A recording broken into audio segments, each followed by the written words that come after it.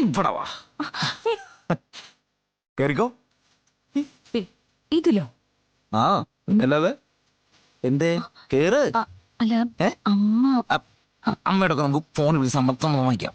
താ കേറ് വാ. എന്നെ ദേഷ്യം പിടിപ്പിക്കില്ല. വരുന്നോ ഇല്ലയോ? പോണോ വേണ്ടേ? ഒറ്റ ഉത്തരം. പോണോ വേണ്ടേ? ഇപ്പൊ പോയിട്ട് ഇപ്പോ പോയിട്ടെന്താ, നമുക്ക് നേരം പുലരുന്നവരെ പരസ്പരം കണ്ണുകൾ കൊണ്ട് കഥ പറഞ്ഞ് എവിടെയെങ്കിലൊക്കെ പോയി കുറേ അധികം നേരം അങ്ങനെ ഇരിക്കാം. കുറേ നാളെ എൻ്റെ കൊച്ചു ഒരുപാട് സങ്കടപ്പെട്ടതല്ലേ. അപ്പൊ ഇനിയുള്ള സമയത്തെങ്കിലും പരസ്പരം സ്നേഹിച്ച് നമുക്ക് അല്പനേരം എവിടെയെങ്കിലൊക്കെ ഇരിക്കാം. ഇരുന്നിട്ടോ? ഇരുന്നിട്ട് എന്താ, പുതിയ ഇരുന്നേരം നമുക്ക് നമുക്ക് സംസാരിച്ചിരിക്കാം. സംസാരിച്ചിട്ടോ? സംസാരിച്ചിട്ട് പെണ്ണെ ഒരുമാതിരി എന്നെ പട്ടുപിടിപ്പിക്കല്ലേ. സംസാരിച്ചിട്ട് എന്താന്ന് ചോദിച്ചാൽ നമുക്ക് അങ്ങ് പ്രേമിക്കാം. എനിക്ക് അത്രേ പറയാനുള്ളൂ. വരുന്നെങ്കിൽ വാ. എനിക്ക് ഈ കാര്യത്തിൽ വലിയ പരിചയമൊന്നുമില്ല. പറഞ്ഞു തരാനോ ആരും ഉണ്ടായിരുന്നില്ലേ. കോളേജിലൊക്കെ പോയിരുന്നെങ്കിൽ ഞാനും നന്നായിട്ടങ്ങ് പ്രണയിച്ചാനെ. ഇനിയിപ്പോ എന്താ ചെയ്യേ? ഇപ്പൊ നമുക്ക് ഉള്ളതുകൊണ്ട് ഓണാക്കിയാ പോരെ.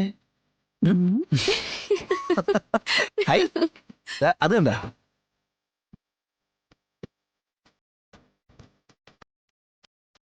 നമ്മുടെ ചിന്തകളും ആഗ്രഹങ്ങളും ഒക്കെ മനസ്സിലാക്കിയിട്ട് പ്രകൃതി തന്നെ നമുക്ക് പ്രണയിക്കാനുള്ള ചമയക്കൂട്ടൊരുക്കിയിരിക്കുന്നുണ്ടാ. നല്ല രസമുള്ള കാഴ്ച അല്ലേ?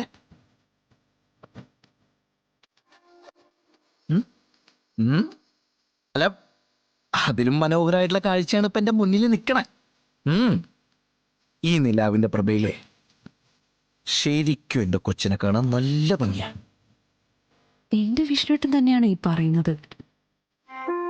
എനിക്ക് വിശ്വസിക്കാനേ പറ്റുന്നില്ല.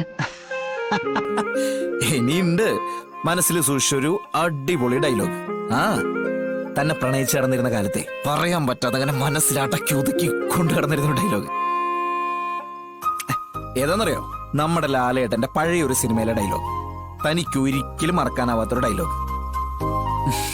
എന്തുകൊണ്ടും ഇപ്പൊ അതിവിടെ പറയാൻ പറ്റുന്ന ഒരു സാഹചര്യമാണ്.